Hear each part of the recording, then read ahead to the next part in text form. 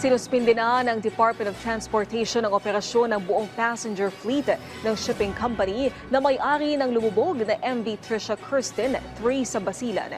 Nagsagawa na rin o magsasagawa rin ang pamahalaan ng isang full-blown investigation para patukoy ang sanhi ng trahedya at mapanagot ang mga dapat managot. Si Bernard Ferrer sa sentro ng balita.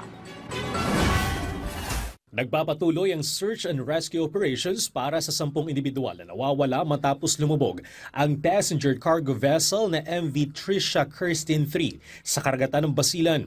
Nawawala pa rin ang 8 crew, ang kapitan ng barko at isang Coast Guard Marshal.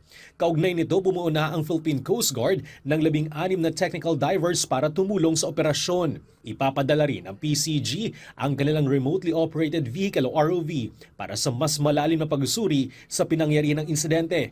Batay sa pinangkuling tala ng PCG, umabot sa 317 pasahero at 27 crew ang nakaligtas sa insidente, habang 18 ang kumpirmadong nasawi, kabilang isang sanggol. Ipinaabot ni Department of Transportation Secretary Giovanni Lopez ang paikiramay ni Pangulong Ferdinand R. Marcos Jr. sa mga pamilya ng mga biktima. Pinatututukan din ng kalihim sa Maritime Industry Authority o Marina ang agarang pagproseso ng insurance claims ng mga apektado ng insidente. Inatasan din ng DOTR ang Marina na magsumite ng isang maritime safety audit sa lahat ng domestic fleet sa bansa. Sa kasalukuyan, grounded ang lahat ng passenger fleet ng Allison Shipping Line, ang may-ari ng lumubog na MV Trisha Kirsten 3. I-announce din namin na we are grounding the entire passenger fleet of Allison Shipping Lines.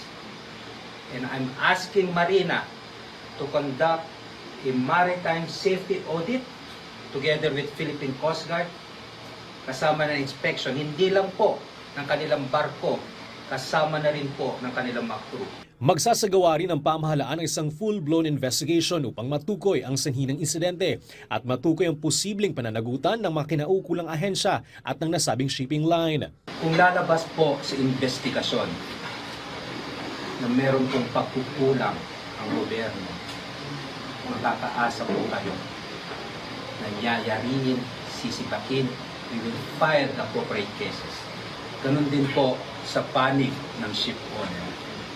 Kung lalabas sa investigasyon at meron silang pagkukulang, they will expect the full force of the law. Napag-alaman ng DOTR na mula noong 2019, umabot na sa 32 maritime incident ang kinasangkutan ng Allison Shipping Line.